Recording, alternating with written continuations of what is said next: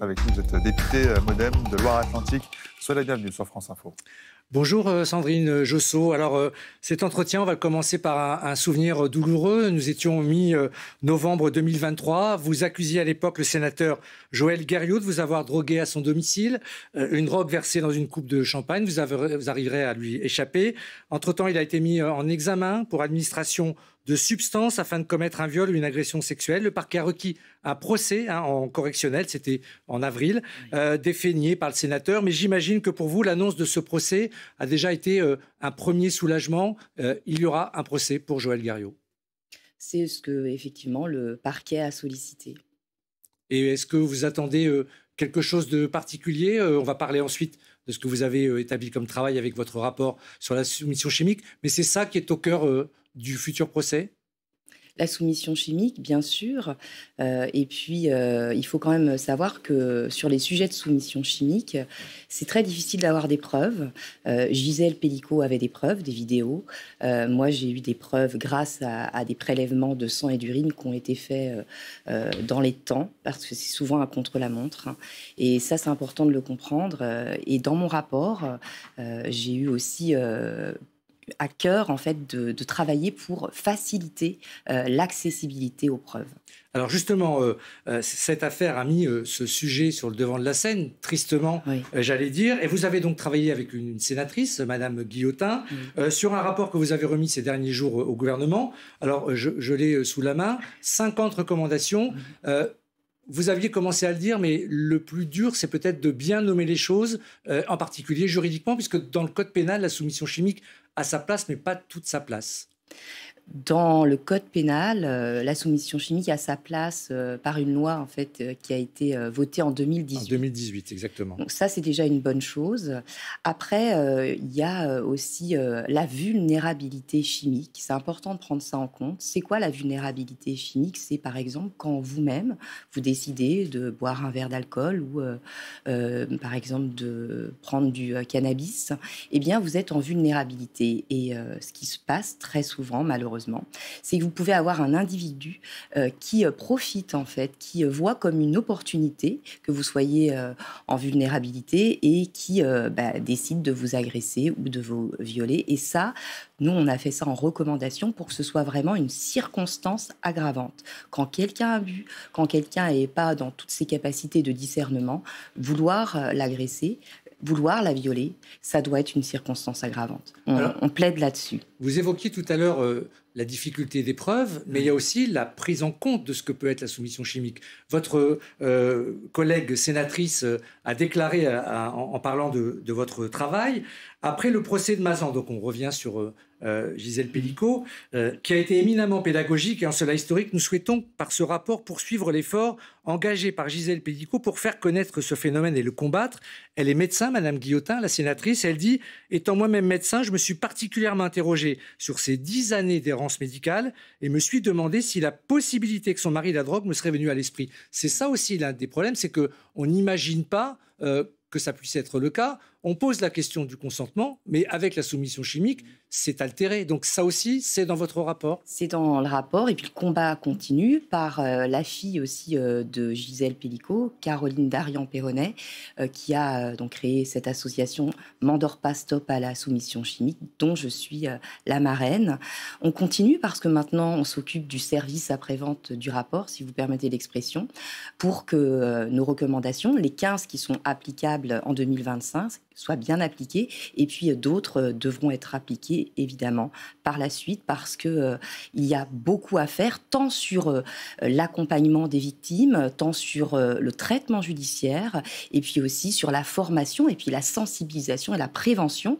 Et en premier lieu, il va y avoir une grande campagne nationale de prévention sur la soumission chimique très prochainement. Ça a été acté par la ministre Aurore Bergé. Alors, vous parliez vous-même de services après-vente. Oui. On a eu l'impression qu'au-delà de votre affaire, qui a été à la une des journaux, la remise de ce rapport a été plus ou moins confidentielle. Alors, c'est peut-être un peu aussi la faute des médias, mais est-ce que vous avez, vous, des assurances de la part du gouvernement, vous citiez Madame Aurore Bergé, que cela se concrétisera par, donc vous dites, une campagne d'information, mais est-ce que la loi aussi va être appelée à témoin, si j'ose dire, pour faire évoluer les choses? Ou est-ce que ce n'est pas un problème de loi, mais un problème de prise de conscience de l'opinion publique?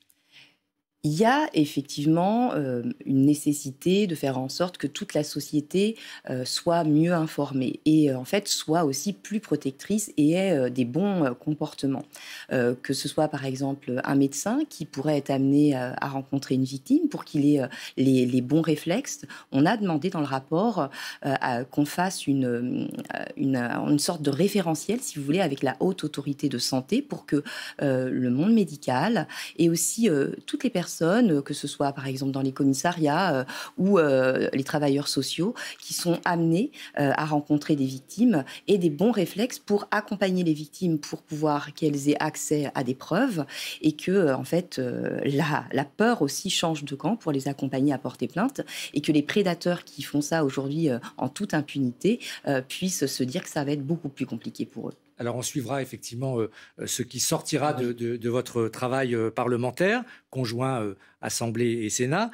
Et une autre affaire, parce que là on parle de violences sexistes et sexuelles faites aux femmes, il y a un procès qui vous a intéressé, c'est le réquisitoire aujourd'hui dans le cadre du procès de M. Le Scornec. Vous avez assisté à plusieurs audiences et vous allez nous en parler. Je résume rapidement, 299 victimes, viols, agressions sexuelles, pour la plupart sur des mineurs. Certaines victimes ont écrit au ministère de la Santé et au haut-commissaire à l'enfance. Je cite, ils demandent une refonte du système pour une meilleure protection des victimes de pédocriminalité, prescription, formation des professionnels de santé. C'est aussi le procès du silence.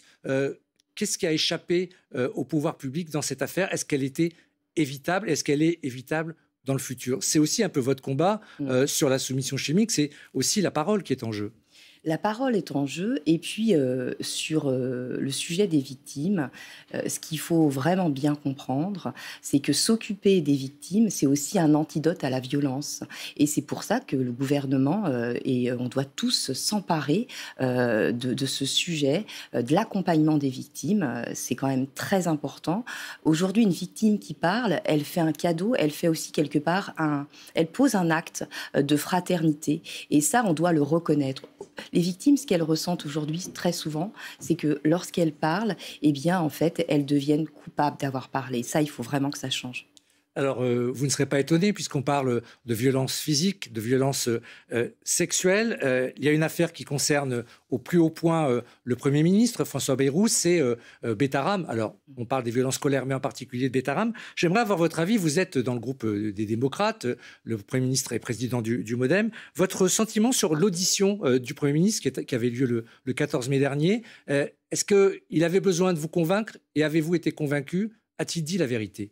Moi, ce qui m'intéresse, et je l'ai toujours dit, moi je suis du côté des victimes. Je pense qu'il y a les justifications. Maintenant, je crois que l'heure est à l'action. Donc moi, j'attends des actions de sa part, de la part du gouvernement, et puis de toute de quel type?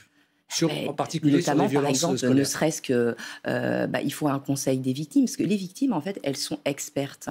Il y a déjà des dispositifs en place, mais il faut que ce soit mieux coordonné. Je pense notamment aux comités locaux, en fait, concernant les victimes, qui sont pilotés par des préfets. Il va falloir que tout ça prenne de l'ampleur. Il faut qu'au niveau national, on ait une coordination beaucoup plus efficace. Monsieur Bayrou a fait, par exemple, a pris l'exemple de l'Allemagne.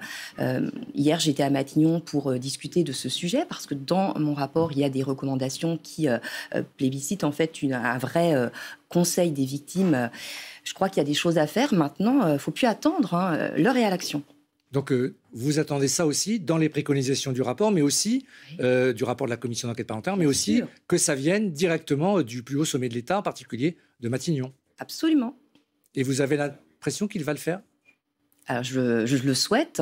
En tout cas, moi, je suis déterminée. Je ne suis pas toute seule, en fait. Je crois que c'est aussi ça. C'est l'opinion publique ne peut plus entendre tout ce qu'on entend. Je crois qu'il y a aussi, je pense, une vraie politique d'État à mettre en place sur les violences en France. On a des bonnes volontés, mais aujourd'hui, il faut doubler de détermination.